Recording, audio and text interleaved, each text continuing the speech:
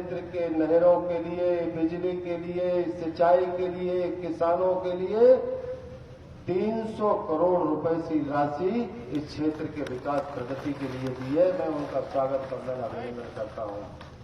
साथियों, आप सबका पूर्व में भी आशीर्वाद रहा है। निश्चित रूप से मैंने कभी नहीं सोचा था कि पिता के जाने के बाद मैं विधायक बनूंगा। आदरणीय मुख्यमंत्री जी से मैं बताना चाहता हूं कि आदरणीय, पिता के जाने के बाद पिता का वो आशीर्वाद इस क्षेत्र ने दिया, उसके हम जिंदगी भर वास्तव में ऋणी रहेंगे। मैं भरपूर कोशिश और प्रयास करूंगा, एक नेता बन के नहीं, एक जनसेवक बन के। हमने कभी राजनीति नहीं की, कभी किसी के नुकसान झगड़ों में नहीं पड़ा। जितना बन सका लोगों की मदद में, दुख सुख में सदैव खड़ा रहा। इस उपरांत भी मैं आपसे बता देना चाहता हूं कि इस बीच भी कोई गलतियां हमसे हुई हो, जाने अनजाने में, पूरे भारतीय जनता पार्टी के सभी कार्यकर्ता, सभी परिवार, सभी जनता जनार्दन बैठी है, तो मैं सार्वजनिक आप सभी से क्षमा चाहता हूं, माफी चाहता हूं। मैं आपको विश्वास, भरोसा दिलाता हूं कि जो काम हम 15 महीने में नहीं कर पाए, करोड़ 2 करोड़ के लिए कमलनाथ जी से लड़ते रहे, वो निश्चित रूप में आपका आशीर्वाद रहेगा। इस क्षेत्र के लिए, नहरों के लिए, विकास के लिए, प्रगति के लिए पूरी ईमानदारी से आपके दुख सुख में, विकास प्रगति के लिए दिन रात लगा दूंगा और इस क्षेत्र के लिए एक एक कार्यकर्ता के लिए पूरी ताकत, ईमानदारी से आपके दुख सुख में साथ खड़ा रहूंगा। ये भरोसा, विश्वास मैं आप सभी को दिलाता हूं। हमने इस मौके के लिए आदरणीय मुख्यमंत्री जी से मांग की थी कि मऊ में एक बड़ा महाविद्यालय बनाया जाए। मैं बधाई देता हूं कि वो महाविद्यालय की राशि उन्हें स्वीकृत की और यहां मऊ के लिए महाविद्यालय दिया। एक छोटी सी बात मैं बताना चाहता हूं, इस क्षेत्र में जो वोट मांगने आ रहे हैं अब इस मऊ के लिए, कि जो रतनगढ़ परियोजना का जो ऑफिस यहां मऊ में बनना तय था, वो उस ऑफिस को भी उठा के कांग्रेस पार्टी सेवड़ा ले गई। मैं बधाई देता हूं आदरणीय मुख्यमंत्री जी को कि जैसे ही उन्होंने शपथ ली तो मैंने ये बात रखी कि मऊ के मान सम्मान का सवाल है, यहां के कार्यकर्ताओं के मान सम्मान का सवाल है। तुरंत ही उन्होंने वो ऑफिस भी अपने मऊ में ही किया। इसके लिए भी मैं उन्हें धन्यवाद देता हूं। और भी कई चीजें हमने इस क्षेत्र के विकास प्रगति के लिए रखी हैं। हमको निरंतर राशि मिल गई है, उनको हम पूरी तरह पूरा करेंगे। आपको ये भरोसा, विश्वास दिलाते हैं। आपसे ये विनम्र अनुरोध करता हूं कि आप सभी एकजुटता से मुझे आशीर्वाद दें। एक नेता बन के नहीं, आपका बेटा एक जनसेवक बन के आपकी सेवा करके दिखाऊंगा। आप सभी यहां पधारे। बहुत बहुत धन्यवाद। जय हिंद, जय भारत। भारतीय जनता पार्टी, शिवराज सिंह चौहान। अब मैं करतल ध्वनि से स्वागत करें। अब मैं आमंत्रित करता हूं जिनके लिए गुरु गोविंद सिंह का एक तेरी सिवावर मोय ये शुभ कर्मन ते कभू न डरूं अरु जल चाहे जाए लड़ू निश्चय कर अपनी जीत करूं। ऐसे हमारे शिवराज जी के लिए इस धरती से उतंबर तक भारत की जयकार करो। उठो गोद के सिंह साहब को गांधी की टंकार करो। जो कमलनाथ जैसा भारत माँ को मान सम्मान शक्ति को गाली दे, उन दुष्टों का संघर्ष करो। और कौन मान से जीना है तो शिवराज को स्वीकार करो। जननायक करी करतल ध्वनि से माननीय शिवराज सिंह चौहान, माननीय शिवराज सिंह चौहान, माननीय शिवराज सिंह चौहान। बोलिए भारत माता की। जोर से बोले, अपना मोह है ये। भारत माता की, ददरउआ सरकार की, जागा हनुमान जी की। मंच पर विराजमान मेरी सरकार के यशस्वी मंत्री आदरणीय अरविंद भदौरिया जी, भिंड के जिले की धरती में ही उन्होंने जन्म लिया। मेरे विभाग के भी मंत्री, बहुत युवा नेता उदीयमान आदरणीय भारत सिंह कुशवाहा जी, हमारी सांसद बहन संध्या राय जी,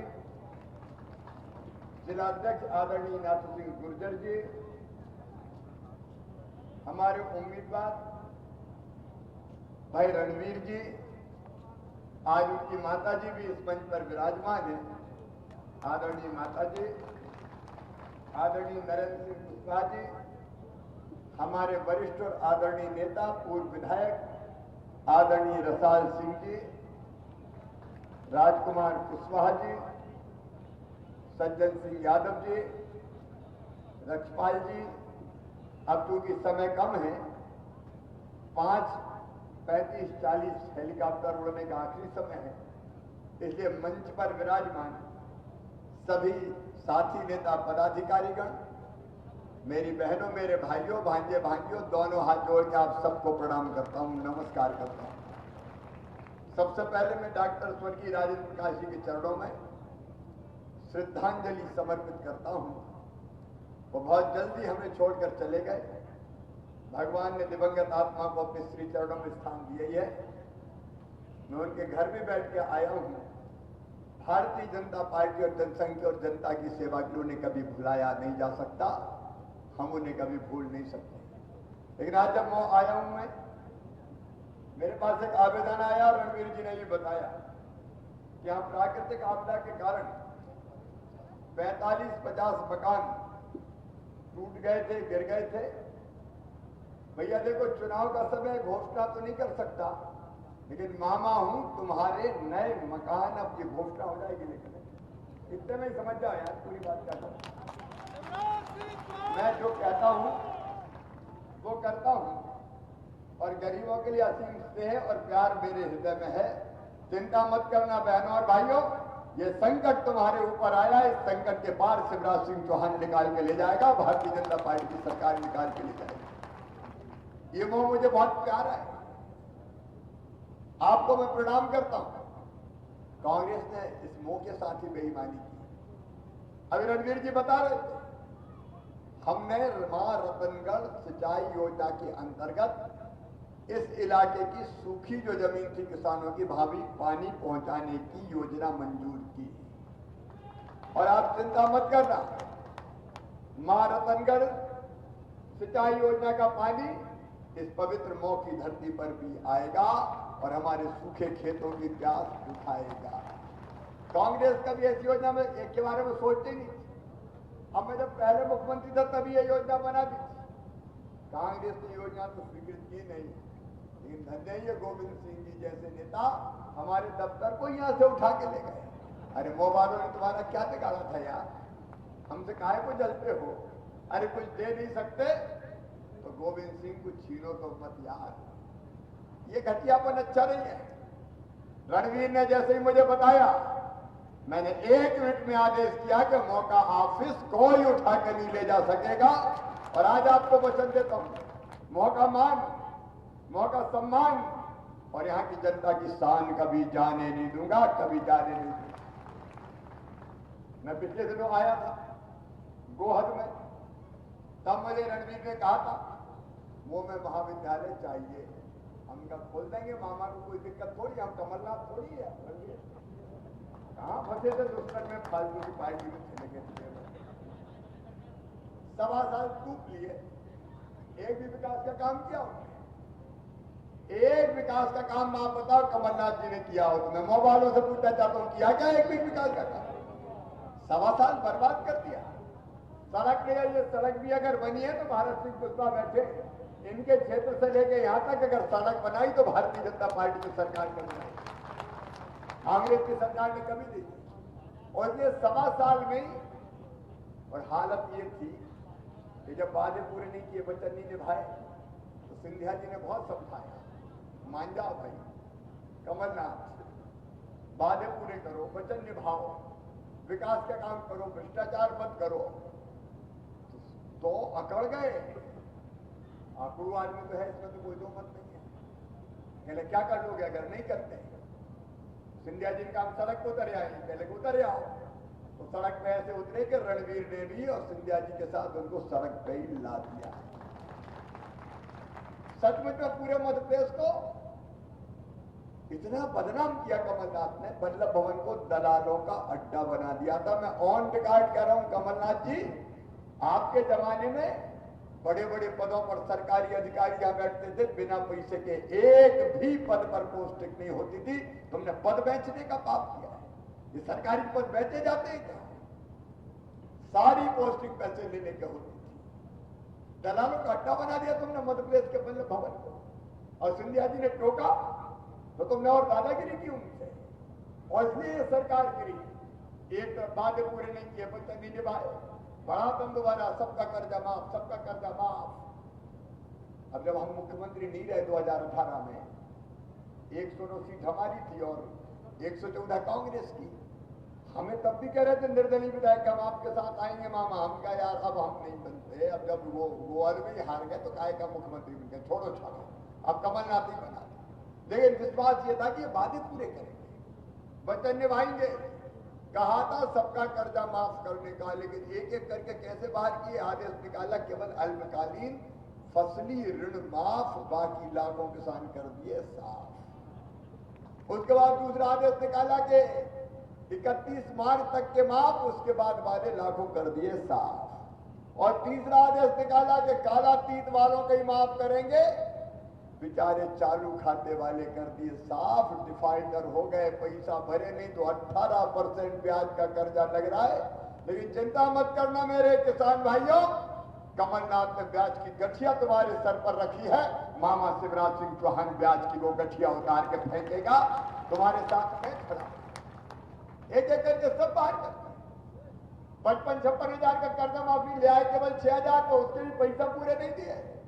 अरविंद भदौरिया सहकारिता मंत्री जी हमारे बैठे, बैंक दिवालिया हो रहे थे, इनका 800 करोड़ तो दे दो, नहीं तो काय के बोले कमलनाथ कर्जा माफ करके प्रमाण पत्र बांट दिया तो 800 करोड़ रुपए बैंकों में हमने बने। ये कर्जा माफी है, धोखा देते हो, पीठ में चुरा घोंपते हो। काय की कर्जा माफी? खोदा पहाड़, निकली चुईया, वो भी मरी हुई, और उसी की पूंछ पकड़ के घूम रहे कमलनाथ, कर्जा माफ, कर्जा माफ। जनता को धोखा दिया, एक वचन पूरा नहीं किया। बेरोजगार नौजवानों को कहा था 4000 रुपया बेरोजगारी भत्ता देंगे, भेजा नहीं दिया। सुनो मेरे बेरोजगार बेटो बेटियों, अभी मैं आदेश देके आया हूं, सारी सरकारी नौकरियों में भर्ती पे लगा प्रतिबंध समाप्त, सब पदों पर मैं पुलिस से भर्ती हम चालू कर रहे हैं। और उसमें भी हमारी धरती के बच्चों को हम प्राथमिकता देंगे ताकि हमारे बच्चे नौकरियों में लग सकें। और भिंड जिले में अगर मालनपुर जैसे औद्योगिक क्षेत्र है तो वहां भी हम नियम बना के ये व्यवस्था कर रहे हैं, 75% रोजगार यहीं के बच्चों को दिया जाएगा ताकि मेरे बेटा बेटियों को काम धंधा मिले। चंबल एक्सप्रेस वे बना, उसके अगल बगल में रोजगार के नए अवसर सृजित करने के लिए कारखाने लेके आएंगे ताकि बच्चों को रोजगार मिल सके। तुमने लालीपाप दे दिया 4000 बेरोजगारी भत्ता, तुमने बेटा बेटियों को धोखा दिया। मेरे बच्चों, मैंने एक नहीं अनेक योजना बनाई। आजकल बौखलाए और बोराए हुए कमलनाथ पता नहीं क्या क्या कह रहे हैं। आपने सुना होगा क्या क्या बोल रहे हैं। पहले मुझे बोला कि ये तो नारियल लेके चलते हैं, शिवराज नारियल जेब में रखा रहता, हर कोई मामा नारियल फोड़ देता है। अच्छा भैया, मैं नारियल फोड़ता हूं, कोई गलत करता हूं क्या?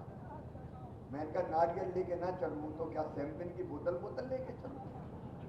नारियल हमारे संस्कार है तो नारियल लेके चलते हैं, देवी जी को नारियल चढ़ाते हैं। और अगर विकास के काम करने हैं तो नारियल तो फोड़ेंगे कि नहीं फोड़ेंगे बताओ। अब रतनगढ़ वाली मां रतनगढ़ की सिंचाई योजना से पानी लेके आएंगे तो नारियल कौन फोड़ेगा? हम फोड़ेंगे कि नहीं फोड़ेंगे बताओ।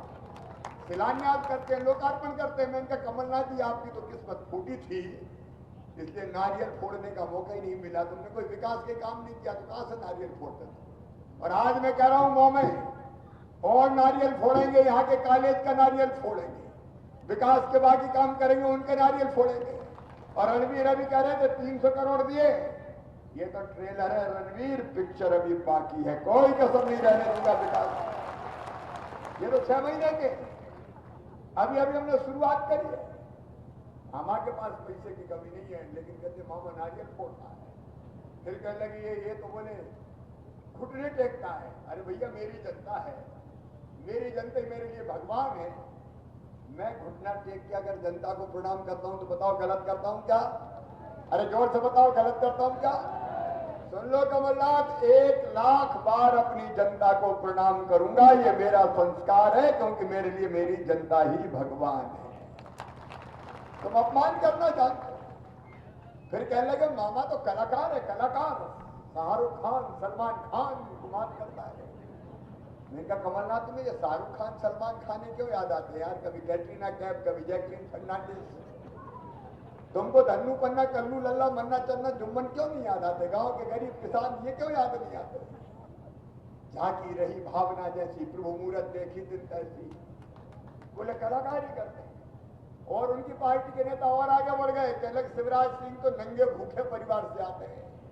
सुनो कांग्रेसियों, मैं नंगे भूखा कह दो, मुझे कोई दिक्कत नहीं है, मैं नंगा भूखा हूं, लेकिन इस नंगे भूखे ने मेरे भांजे भांजियों ये फैसला किया था कि मेरे बेटे बेटी चाहे सामान्य वर्ग के हों, चाहे पिछड़े वर्ग के हों, चाहे SC ST के हों, मेरे बच्चों 12वीं में अच्छे नंबर लेके आए तो तुम्हारे कॉलेज की, मेडिकल, इंजीनियरिंग की भी चाहे 8 लाख रुपया साल हो, फीस तुम्हारे मम्मी पापा नहीं भरवाएंगे, तुम्हारा मामा शिवराज सिंह चौहान भरवाएंगे। इस नंगे भूखे मामा ने योजना बनाई और वो उद्योगपति कमलनाथ ने मेरी योजना खा गए। योजना बंद, लेकिन अब चिंता मत करना, मैंने फिर योजना चालू कर दी है। मैं नंगा भूखा हूं। मैंने तय किया कि मेरी बहनें बेटा बेटी को जन्म देंगी तो जन्म देने के पहले 4,000 और जन्म देने के बाद 12,000 रुपया को 16,000 रुपया लड्डू के उनके खाते में डालूंगा। कमलनाथ तूने तो मेरी बहनों के मौके लड़ुआ तक छीन लिए रे, 16,000 रुपया देने की योजना बंद कर दी। तुम उद्योगपतियों से ये नंगा भूखा, मैंने तय किया कि बेटियों का कन्यादान करके उनके विवाह करवाऊंगा। और ये सेठ ने तो 51,000 रुपया कह के फेरे तो पड़वा दिए, लेकिन एक धेला नहीं दिया, एक धेला बेटियों के साथ भी धोखा दिया। मैं नंगा भूखा हूं, लेकिन सेठ कमलनाथ, मैंने तय किया एक्सीडेंट में अगर किसी भाई की मृत्यु हो जाए तो जिंदगी बहन के लिए पहाड़ हो जाती है, विधवा हो जाती है। हमने तय किया 4 लाख रुपए की राशि ऐसी विधवा बहन के खाते में डालूंगा ताकि उसकी जिंदगी की गाड़ी चल जाए, जिंदगी पहाड़ ना बन जाए। और सेठ कमलनाथ, तूने वो योजना भी 4 लाख रुपए की बंद कर दी। अंतिम संस्कार के लिए मैंने फैसला किया कि 5,000 रुपया देंगे ताकि कफन का इंतजाम हो जाए और इज्जत के साथ अंतिम विदाई कर सके। अरे सेठ कमलनाथ, तूने तो गरीबों के कफन के भी 5,000 छीन लिए थे। तीरथ दर्शन योजना बंद कर। सुनो मोबालो, ये सब योजना हमने फिर से चालू कर दी है। संबल योजना फिर से चालू कर दी है ताकि गरीब जनता को उसका फायदा मिले।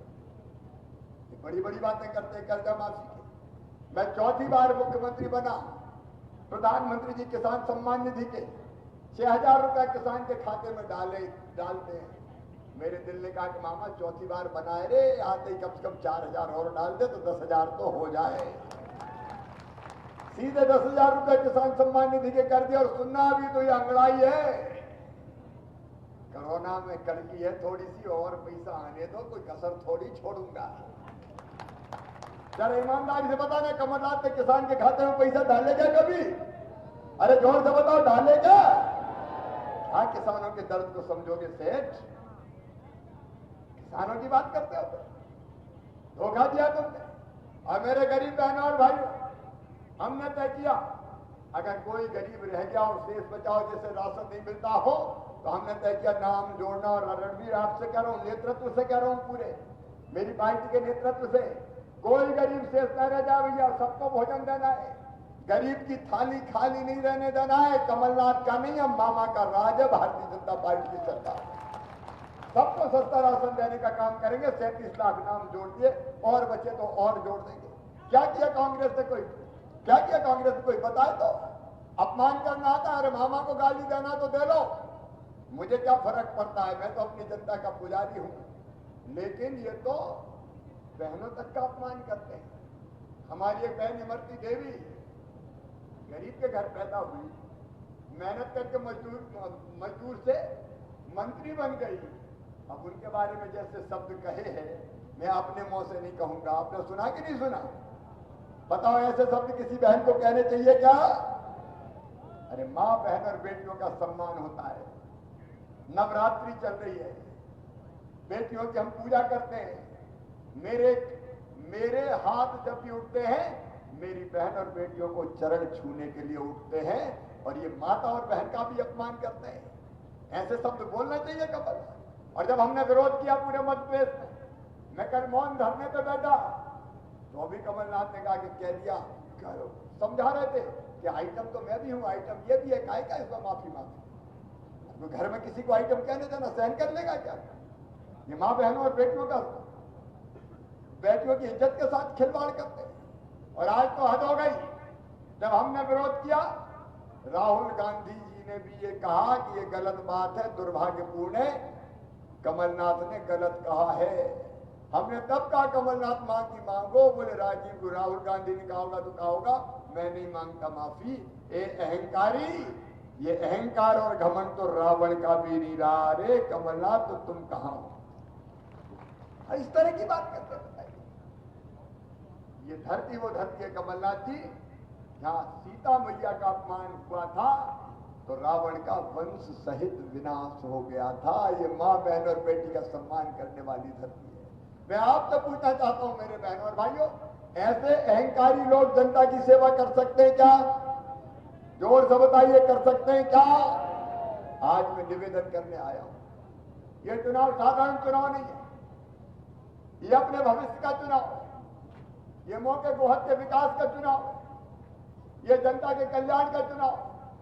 ये जितनी योजनाएं मैंने बताई, ये तभी चलेंगी जब भारतीय जनता पार्टी की सरकार रहेगी। दादा कमलनाथ आ गया तो फिर सब बंद कर देगा। कर देगा कि नहीं कर देगा? लेकिन इसलिए मैं आपसे कहने आया हूं कि विकास अगर चाहिए, जनता का कल्याण अगर चाहिए, आत्मनिर्भर प्रदेश अगर चाहिए, तो मोह वालों कोई चूक ना हो जाए। आप रणवीर जाटव को आशीर्वाद प्यार देके भारी बहुमत से जिताइए। हम ऋणी है रणवीर के, मुझे कहने में कोई संकोच नहीं है। अगर ऐसे हमारे विधायक साथी इस्तीफा ना देते तो भारतीय जनता पार्टी की सरकार ना बनती। इन्हें त्याग किया, उस समय इस्तीफा दे, अपना कैरियर दांव पे लगा दिया, विधायकी छोड़ दी। विधायकी छोड़ता है 4.25 साल में, तो जिसने बेईमान सरकार और उनका 1.25 साल में पाप का घड़ा भर गया, तो रणवीर ने भी डंडा लेके पाप का घड़ा कांग्रेस का फोड़ दिया और वो सरकार गिरा। और फिर रणवीर आज आपसे आशीर्वाद मांगने आया है। और एक बात और सुन लेना, ये चुनाव अकेले रणवीर का नहीं है, भारतीय जनता पार्टी का चुनाव है। रणवीर को आप जिताओगे, कमल के फूल की बटन दबाओगे, तो आपका वोट सीधा शिवराज सिंह चौहान को मुख्यमंत्री बनाने के लिए जाएगा। ये आप साफ सुन लेना, इसको वोट मतलब मुझको वोट, दोनों चीजें एक साथ जुड़ी हुई है, एक साथ। और इसलिए मैं निवेदन करने आया हूं कि अगर प्रदेश का विकास चाहते हैं, मौका विकास चाहते हैं, मैंने जो कहा है वो क्रियान्वित होते देखना चाहते हैं, तो भारतीय जनता पार्टी को जिताना। आज मैं आपसे एक सवाल पूछ रहा हूं, इतने सारे लोग आज इस मंच पर है, राजकुमार कुशवाहा जैसे लोग वर्षों तक संघर्ष करते रहे, लेकिन अंततः गरीबों पिछड़ों की खातिर वो भारतीय जनता पार्टी में शामिल हुए। बृजराज जी भी भारतीय जनता पार्टी में आ गए, ये पूरी टीम बैठी है। मैं आपको वचन देता हूं, ना विकास में कसर रहने देंगे, न जन कल्याण में कसर रहने देंगे। और 27% आरक्षण ओबीसी का कोई कसर उसमें हम नहीं छोड़ेंगे, कोई कसर हम नहीं छोड़ेंगे। हमने ओबीसी आयोग को संवैधानिक आयोग का दर्जा दिया है ताकि उसको सारे न्यायाधीन अधिकार मिल जाए। और इसलिए ये चुनाव बहुत महत्वपूर्ण है, और इसलिए आपसे प्रार्थना करने आया हूं कि कोई चूक ना हो जाए। आज दिल से बताना मुझे, आप सबको मुझ पर विश्वास है? बोल के बताओ, विश्वास है? तो मेरा निवेदन है, जान भले ही चली जाए, आपके विश्वास को कभी टूटने नहीं दूंगा, कभी खंडित नहीं होने दूंगा। मैंने जो बातें कही उनको क्रियान्वित करने के लिए रणवीर जी को आशीर्वाद दीजिए, भारतीय जनता पार्टी को आशीर्वाद दीजिए, शिवराज सिंह चौहान को आशीर्वाद दीजिए, ज्योतिरादित्य सिंधिया जी को आशीर्वाद दीजिए, नरेंद्र सिंह तोमर जी को आशीर्वाद दीजिए, नरेंद्र मोदी जी को आशीर्वाद दीजिए, कमल के फूल को आशीर्वाद दीजिए। बोलिए, सब तैयार हैं? तो मेरे बहनों और भाइयों, आओ आज संकल्प लें कि मध्य प्रदेश के लिए, अपने लिए, मौके के लिए हम कमल के फूल की बटन दबाएंगे और बाकी में भी जाके प्रचार करके कमल के फूल का बटन दबाएंगे और भारतीय जनता पार्टी को जिताएंगे। अपनी अपनी जगह खड़े रह के हम आज संकल्प लेंगे भारतीय जनता पार्टी को गोहल से जिताने का, रणवीर को जिताने का, भारतीय जनता पार्टी की सरकार बनाए रखने का। तो उठाइए दोनों हाथ, अपने अपनी जगह खड़े होके संकल्प खड़े होके होता है। उठाइए और बहने भी, सगा भैया हूं, सोतेला नहीं हूं, बांधिए दोनों मुट्ठी और मेरे साथ बोलिए भारत माता की, भारत माता की। वो वालों, आसपास के बहनों और भाइयों, मैं भी आपको वचन देता हूं, जीऊंगा तो आपके लिए और अगर कभी मरना पड़ा तो मरूंगा भी आपके लिए। बहुत बहुत धन्यवाद, प्रणाम, नमस्कार।